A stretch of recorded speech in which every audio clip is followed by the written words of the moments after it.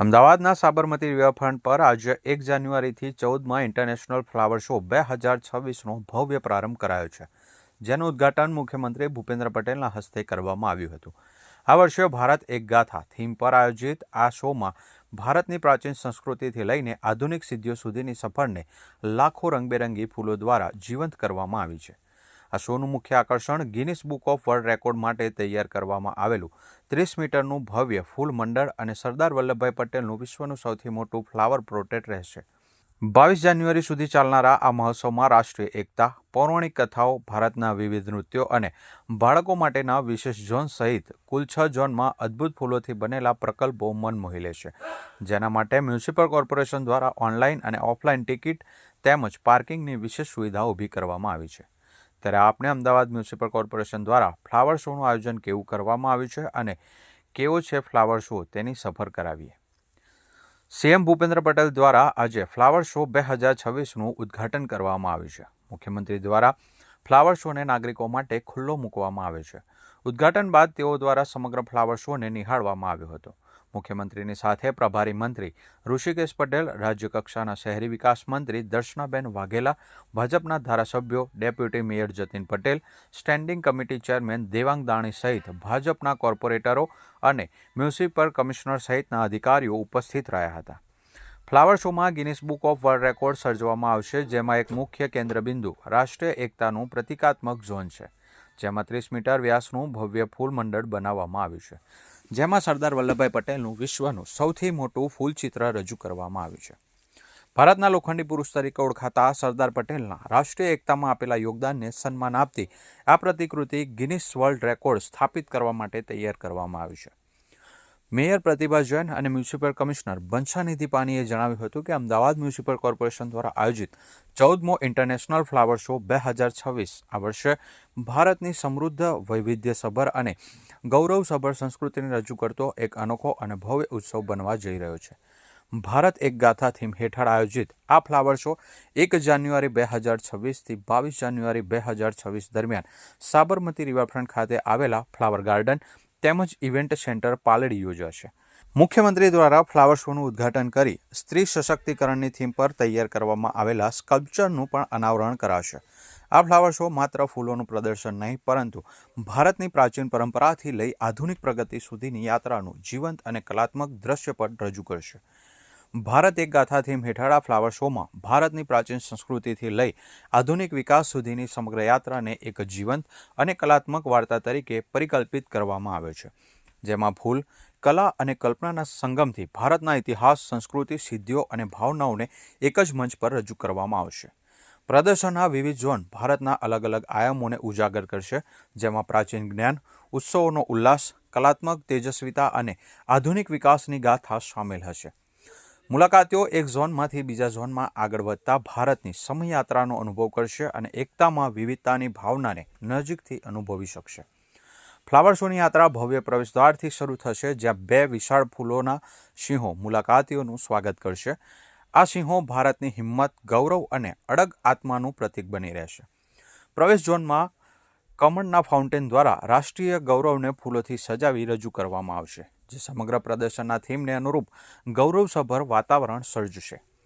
પ્રદર્શનમાં ભારતના વિવિધ ઉત્સવોને સમર્પિત વિશેષ ઝોન પણ તૈયાર કરવામાં આવે છે. અહીં ફૂલકળાના માધ્યમથી દિવાળીના પ્રકાશ અને આશાનો સંદેશ, હોળીના રંગો અને ઉલ્લાસ, ઓણમની પરંપરાગત સૌમ્યતા અને બિહુના લયબદ્ધ ઉત્સવોને જીવંત સ્વરૂપ આપવામાં આવશે.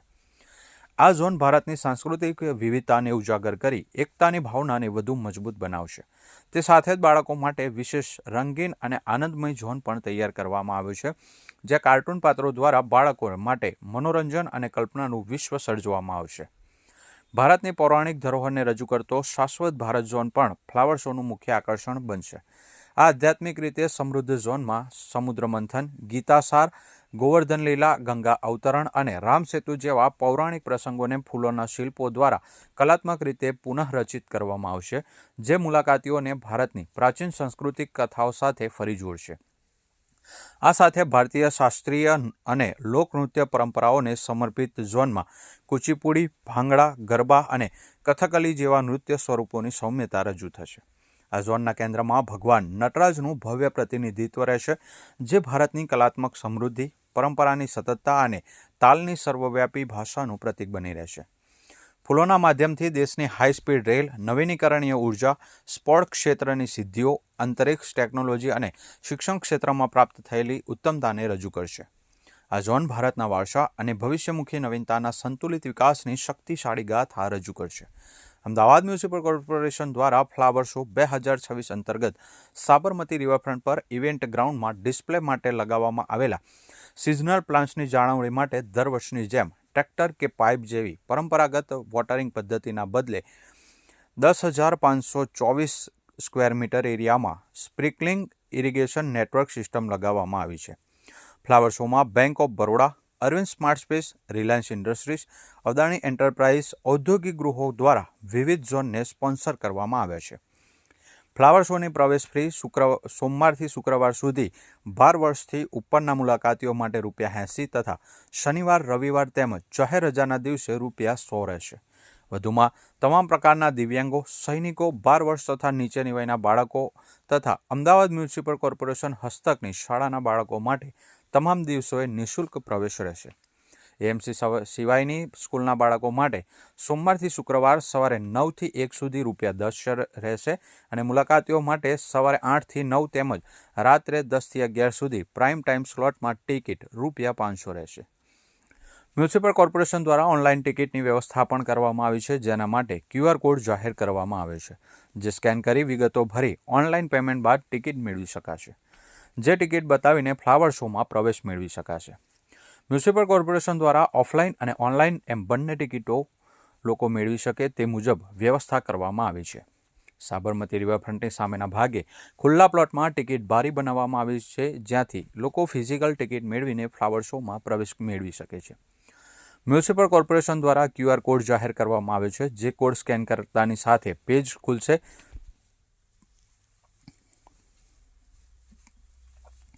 જેમાં ટિકિટના ભાવથી લઈને તમામ માહિતી આપવામાં આવી છે. ટિકિટ મેળવવા માટે નાગરિકોએ તેમનું નામ અને મોબાઈલ નંબર આપવાનો રહેશે.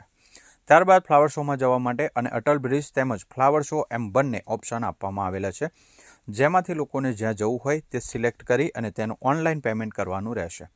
પેમેન્ટ કર્યા બાદ તેની ટિકિટ ઓનલાઈન તેના મોબાઈલ નંબર પર મળી જશે, જે ટિકિટ બતાવીને ફ્લાવર શોમાં એન્ટ્રી મળશે. ફ્લાવર શોની ટિકિટ નોન રિફંડેબલ રહેશે. એક વખત ટિકિટ બુક કરાવ્યા બાદ તેને કેન્સલ કરી શકાશે નહીં. ઓનલાઈન ટિકિટ બુકિંગના પૈસા કપાયા બાદ જો કોઈ વ્યક્તિને ટિકિટ ન મળે તો તેના માટે ડાઉનલોડ ટિકિટ મેનુમાં જવાનું રહેશે. ત્યાં પોતાનો મોબાઈલ નંબર નાખી ટિકિટને ડાઉનલોડ કરી લેવાની રહેશે. ફ્લાવર શો જોવા આવનાર મુલાકાતીઓને પ્રવેશ મેળવવા માટે ભીડ ન થાય તેના માટે 4 એન્ટ્રી ગેટ રાખવામાં આવ્યા છે, જેમાં એલિસ બ્રિજ પાસે ફ્લાવર પાર્ક ગેટ નંબર 1 થી પ્રવેશ મેળવી શકાશે. મલ્ટી લેવલ કાર પાર્કિંગ, ફૂટ ઓવરબ્રિજ પરથી અને સાબરમતી રિવરફ્રન્ટ ઇવેન્ટ સેન્ટર ખાતેથી પણ પ્રવેશ મેળવી શકશે. જે નાગરિકો રિવરફ્રન્ટ પૂર્વ છેડા તરફથી આવે છે તેઓ અટલ બ્રિજના પૂર્વ તરફના છેડા પર અટલ બ્રિજ થઈને પણ પ્રવેશ મેળવી શકશે.